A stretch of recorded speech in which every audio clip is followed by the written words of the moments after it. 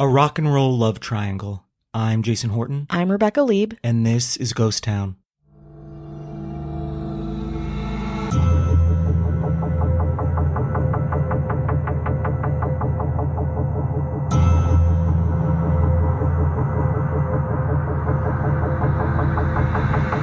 Today we're going back to the 60s, not to profile a musician or a product or even a cult. No, today we're talking about a cultural trailblazer who would change the course of music history by way of inspiration, support, and a twisted love triangle called, quote, one of the most mythical romantic entanglements in rock and roll history. Intriguing, right? Welcome to the life of Pattie Boyd, a life as dark as it is memorable. On March 17, 1944, Patricia Ann Boyd was born in Taunton, Somerset, to Colin and Diana Boyd. Due to her father's job in the Royal Air Force, the family moved from place to place, settling eventually in Nairobi. During these moves, Colin, Jenny, and Paula were born, and Pattie became the leader of a growing pack of siblings. From the age of 8, Boyd also went to boarding school in Kenya. During a school break, she returned home thinking everything would be normal, just a regular break, but was shocked to learn that her parents had divorced. In December 1953, Pattie and her siblings moved back to England with her mother and her mother's new husband, Bobby Gamer Jones. In England, Pattie also attended boarding school, graduating in 1961. It was then, at the age of 17, that her mother found her a job as a junior beautician at Elizabeth Arden's Bond Street salon, after Pattie realized she really only had two paths in her life, get a job or get married. Quote, "We were brought up to marry well and that would be it," she says of her years in Catholic boarding school.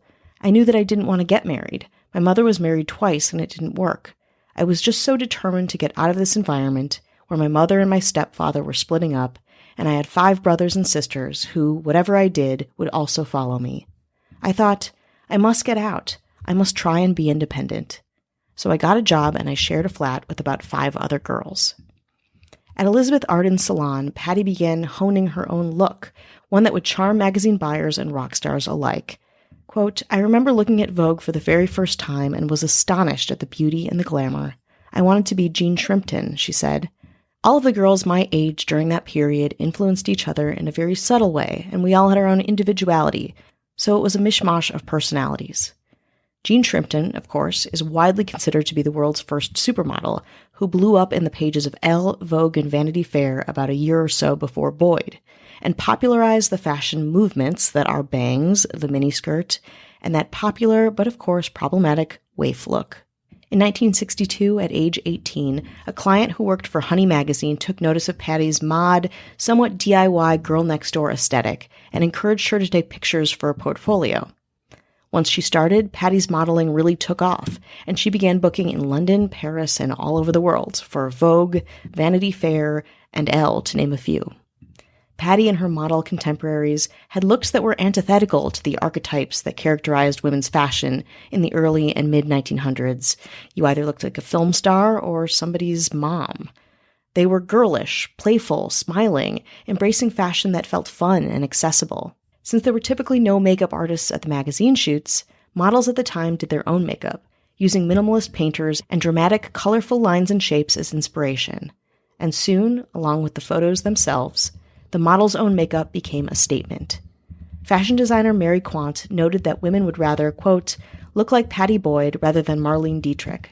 Their aim is to look childishly young, naively unsophisticated, and it takes more sophistication to work out that look than those early would-be sophisticates ever dreamed of." Working with some of the greatest photographers of the 20th century, including David Bailey, Terence Donovan, Norman Parkinson, David Hearn, and Robert Whitaker, Pattie, her idol Jean Shrimpton, and her protege, Twiggy, became international celebrities and the embodiment of the British female look, quote, "miniskirt, long, straight hair, and wide-eyed loveliness." Truly, Pattie was the new face of London's swinging 60s. During her rise to modeling superstardom, 19-year-old Boyd was in a relationship and then engaged to up-and-coming photographer Eric Swain. But on March 2nd, 1964, 2 weeks away from her 20th birthday, Pattie met someone who would change her life forever, a famous pop musician named George Harrison. Pattie had been cast in the Beatles movie A Hard Day's Night with one line. The line was, "Prisoners." Quote, "My agent phoned up and said, 'Pattie, you've just got a part in the Beatles film. Don't tell anyone.' "Well, this is so exciting, how can I not tell anyone?" she remembers gleefully. "I told my boyfriend, who was a photographer, and he said, 'I bet you fall for Paul McCartney.'" Despite such a small part, the near 20-year-old Boyd and 21-year-old Harrison connected. Big time. In fact, George Harrison proposed marriage mere moments after they met on set. When a stunned Boyd failed to reply, the guitarist dialed it back. He said, quote, "If you won't marry me, will you at least have dinner with me?" Quote, "He was incredibly good-looking, very, very attractive, but also he seemed quite shy. And me being rather shy, I sort of felt an affinity with him. Still, when Harrison asked Pattie out in that moment, she declined. After all, she was already in a relationship. But their connection must have been undeniable, because several days later, Pattie broke it off with Swain and accompanied Harrison to a private gentleman's club called the Garrett Club, chaperoned by Beatles' own manager, Brian Epstein. After that, the courtship between Pattie Boyd and George Harrison was a much-publicized whirlwind, and made Boyd's demand as a model go through the roof. In July 1964, Harrison bought a bungalow in the English countryside for the two of them, and they quickly moved in together. And of course, you can't date a Beatle in the mid-60s without encountering some LSD. In early 1965, Pattie and George were invited to a dinner party with John and Cynthia Lennon at the home of their dentist, John Riley, when, as everyone was getting up to go home after the meal, Riley told them that, surprise, he had spiked their drinks with LSD and tried to persuade them to stay. Outside Riley's home, Boyd was feeling the LSD and was about to break a storefront window when Harrison pulled her away. But the night wasn't over yet. After being dosed, the group drove to get a nightcap at a popular nightclub called the Ad-Lib Club. But as they neared, they were all shocked by the sight before them. The nightclub was on fire, and immediately they turned the car around.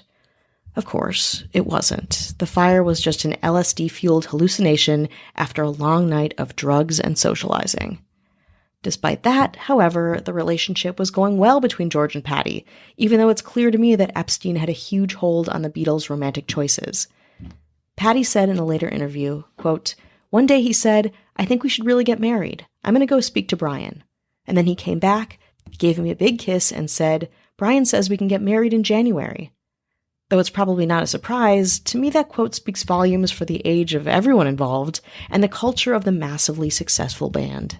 The couple was engaged on Christmas of 1965 and didn't waste any time, marrying, as Epstein wanted, on January 21st, 1966, with Paul McCartney as the couple's best man. Though Boyd later told Beatles biographer Hunter Davies that the four Beatles had a bond that neither she nor any of the wives could penetrate, in a How a Beatle Lives profile published in March of 1966, Harrison stressed the happiness, closeness, and equality of their marriage, and credited Boyd with broadening his ideological outlook. UK underground writer Barry Miles later described Boyd as, quote, "by far the most glamorous of all the Beatles' wives and girlfriends." Not that it's a contest, of course. Author Sean Levy writes that, even more so than Jane Asher, the English actress who was dating McCartney at the time, Boyd epitomized what, quote, "60s stardom was meant to confer upon its chosen." Inspired by his wife, George wrote many songs to Boyd, notably 1965's I Need You, and of course, the iconic 1969 song Something, a masterpiece that Frank Sinatra described as, quote, "the greatest love song of the past 50 years. Rarely had Harrison been so eloquent when articulating his deepest feelings for his wife. Quote, "George said, 'Here's a song I've written for you, but we haven't quite finished it.' She continues, 'So I heard it in its raw state. It was just stunning. I thought, oh gosh, this is really totally overwhelming.'"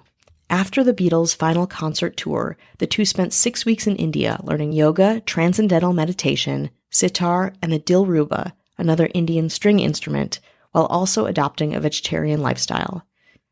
For Harrison, it was a near obsessive journey with Eastern mysticism, and Pattie, a whole new chapter of her life. But don't worry, the two meditated, yes, of course, but also continually partied with their rock star friends, including Mick Jagger, Marianne Faithfull, and Eric Clapton. And that was that. They were happy, and nothing else happened. The end. Of course not. Everything was about to happen. We're going back in after the break. Can the living be killed by the dead? This is the question Hercule Poirot must answer in A Haunting in Venice, his most terrifying case yet. But in a world of shadows and secrets, who can be trusted? Starring Kenneth Branagh, Jamie Dornan, Tina Fey, Kelly Riley, Michelle Yeoh. Presented by 20th Century Studios. A Haunting in Venice. Directed by Kenneth Branagh. Rated PG-13. Experience the movie event only in theaters Friday. Tickets on sale now. What's up? It's Kaylee Cuoco. When it comes to travel, we all have a happy place. I just went to my happy place. I just went to Maui, and it was truly amazing. Priceline has always been about getting you to your happy place for a happy price with deals you really can't find anywhere else. Like up to 60% off select hotels in Costa Rica or 5-star hotels for 2-star prices in Cabo. Go to your happy place for a happy price. Go to your happy price, Priceline. Hi, hello. How are you? How are you doing? Hello.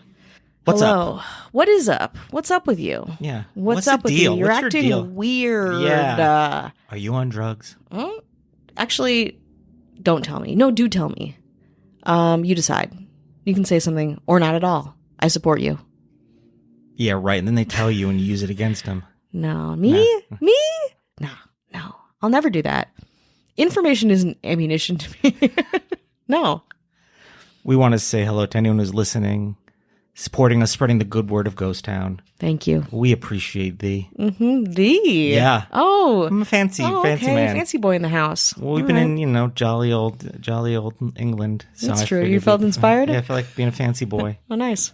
Well, I'd be remiss if we didn't talk about our parliament or government. You would be remiss. I would be remiss. I would or would not be remiss. I don't know. I just trying to be fancy. Nice. And talk about our royal mayors. Ooh. This mayor is quite shagalicious. Okay. This is going to be a tough one. This is going to be a tough one. I'm back myself in the corner with this I'm one. excited. I'm going to see if I dig myself out. Quite shagalicious. And message me. I knew I mispronounced his name. I knew I did. I knew I couldn't get it right. Oh, So no. sent me a very polite That's nice. adjustment. That would be Matthew Clemens Larry. That's a great name. One of our newest, hottest mayors. I love it. Welcome. This mayor is groove-tastic. Okay, this is very British royalty. I love it. A quite groove-tastic mayor that I can pronounce the name. That would be Casey Weber. Hello. This mayor loves to hitchhike, has one thumb out in the road, just looking for some cool, groovy 60s van to roll up and not kidnap. Nice. No, not at all. Actually give a ride. Creepy. Different time. It was hand-rolled cigarettes, Rolling Yeah. Stone, cool glasses. That'd be Kelly Meehan. Hello. This mayor is all mod, cruising around on a Vespa. Ooh, little page boy haircut. Yeah. I like what I see. They're just all dressed up, dapper, cruising around. Leather boots. Yeah. Like little leather booties. Taking the Vespa to the tube. Oh, that's just sensible. That'd be Emma Hopkins. Hello. This mayor is far out Whoa. on their own trip, man. Whoa. Timothy Leary style. Whoa. Riders on the Storm. Lava Lamp. That'd be Cat Joselle. Hello. This mayor is quite funky. Too funky? Full of funk. Loves funk. All bass, slapping bass, funky bass, bass in your face. The one and only Ashley Matson. Hello. And our governor, the producer, produces all the best stuff. When you show up at her production place in the castle that she rents out, good luck. Wow, good luck. You're going to get a great sound. A wall of sound, no gunplay. You don't know what is going to happen, but you're just like, you know what? It's worth it. Whoa, because I want that sound. I want to work with a genius. I don't care if my life is definitely in danger because it's worth it. She's worth it. Our governor, Avian Noble. If you want no ads, no chit chat, bonus episodes, 7 days free. Come hang out, listen to a bunch, tons of bonus episodes to listen to right now. Yeah. You can bail after 7 days. Do it. You could support us a little more or not. Leave Yeah. us for dead. Yeah. You think we'll know? We're dead. Yeah, we're already dead. We don't know. We assume. Head on over to patreon.com/ghosttownpod. All right. While you're heading over there, perusing, why don't we get back to London in the 1960s? So Pattie and George are loving their Eastern-influenced lifestyles, partying, meditating, being rich, hot, celebrity artists. Soon it's 1970, and George is working on music, and Pattie opens up a shop with her sister, who is also a successful model. But things begin to erode with the couple. It really began when Beatles manager Brian Epstein suddenly died, forcing the Beatles themselves to stress about the financial affairs of their dissolving band. When the Beatles finally did break up in April of 1970, Harrison became more and more involved in the Hare Krishna movement. That and their inability to conceive put even more stress on the fragile marriage. Pattie started modeling again in May of 1970 at the ripe old age of 27, in direct opposition to Harrison's Hare Krishna ideals. Still, she did it, splintering away from Harrison in a profound way. In 1973, she had an affair with Faces guitarist Ronnie Wood, while Harrison romanced Wood's own wife, Chrissy. Infidelities plagued the couple at that point, and Boyd finally decided to leave Harrison in July of 1974, based largely on Harrison's relationship with other women, and culminating in his affair with bandmate and best friend Ringo Starr's wife Maureen, which Pattie called the final straw. But before Pattie Boyd made the decision to leave her husband, something else had been brewing. Eric Clapton had been a frequent visitor to their home, a close friend of the couple's, and he had developed feelings for Boyd, something that went unspoken for a very long time. One night, Clapton and Harrison had a guitar duel in the couple's kitchen, and Pattie was the, quote, prize. Quote, "It was John Hurt, the actor, who described it as a duel," Boyd says, "and he was so on the button. I sensed it, but I hadn't formulated it." Admittedly, Pattie was attracted to Clapton too, by then a legend in his own right, but was trying to make her marriage work. Boyd said, quote, "As a child, I always thought I would do anything to avoid divorce." But through Pattie's rejection and simultaneous friendship, Eric Clapton became obsessed with her. He had to have her, and he used his strongest skill to make it happen. Quote, "I remember Eric phoning me one morning, saying that they were just back from Miami, where they had been recording, and to come over and hear some of what they had been doing," said Boyd.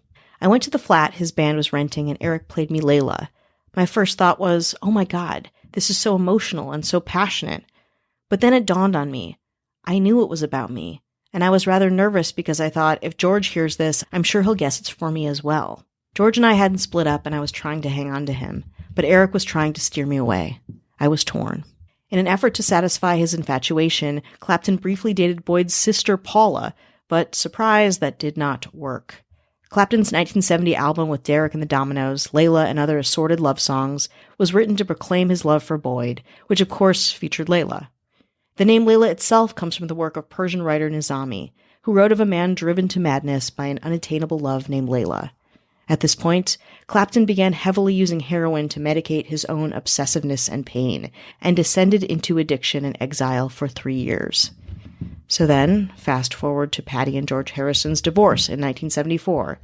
Quote, "He didn't want us to be together. It was a life of rejection," she recalled. But still, she said no to Eric Clapton, until he got clean. As soon as that happened, Clapton went back to pursuing Pattie. And, well, it happened. They got together. Pattie Boyd and Eric Clapton were married on March 27, 1979, in Tucson, Arizona. They remained close friends with Harrison, who called Eric Clapton his husband-in-law. Healthy, right? The newlyweds loved drinking, and the toxicity quickly escalated between Boyd and Clapton, but so did the music. Along with Layla, Pattie was the inspiration for Clapton's love songs Bell Bottom Blues and Wonderful Tonight.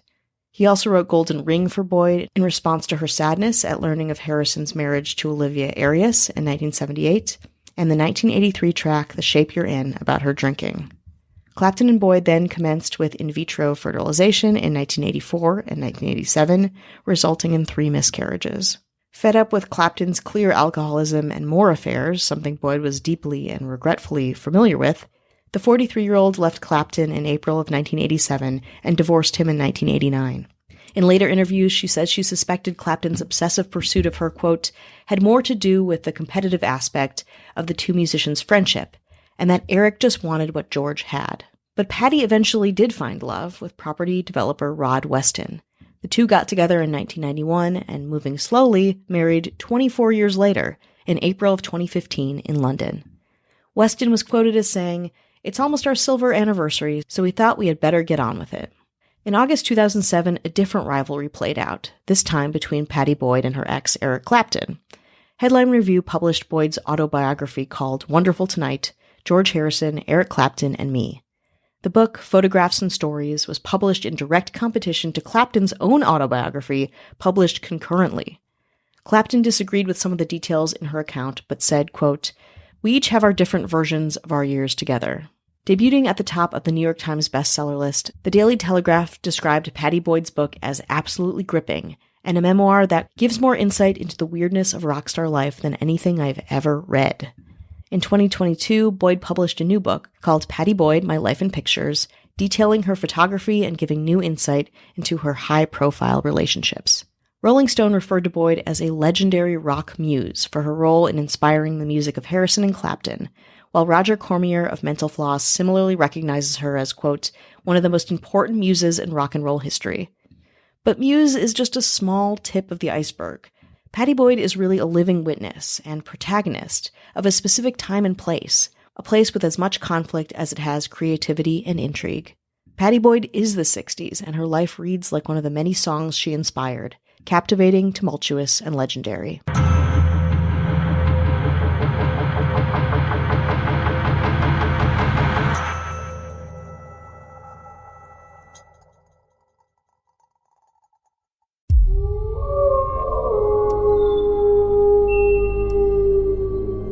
Listen closely. I might just know what you're looking for. Maybe it's a little bit more excitement in your life. A jolt to the system to get the blood pumping again. Just the smallest, tiniest taste. A little something to dilate the pupils. Do allow me to welcome you to the Horror Hill. A little getaway I know about. A place with scenic overlooks and fresh terror on tap that would chill even the most discerning connoisseurs of the macabre to the bone. Join me each week to get all of the ghastly, gory, and grotesque stories that I've handpicked from the works of previously published and indie authors by subscribing to Horror Hill on Apple Podcasts, Spotify, or wherever you prefer to get your horror fix. My name is Jason Hell, and you can take my word for it. Oh, and remember, it's only a story, right?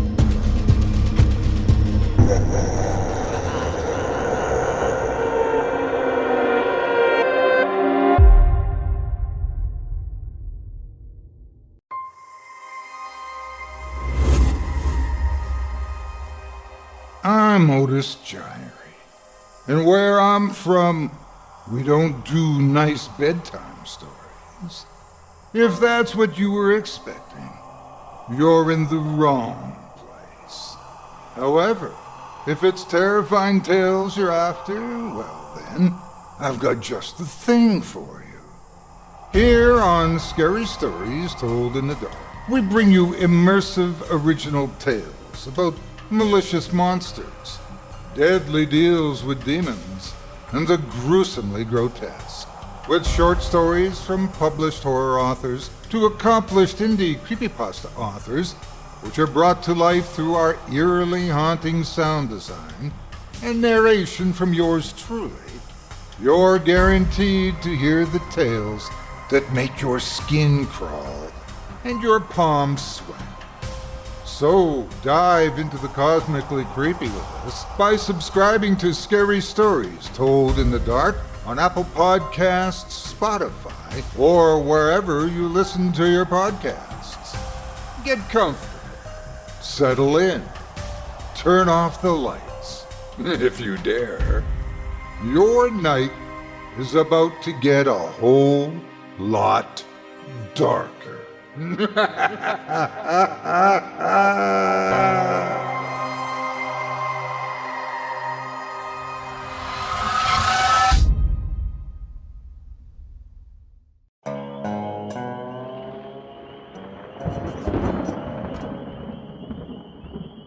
I wanted to tell you about our podcast, Drew Blood's Dark Tales, hosted by me, Drew Blood.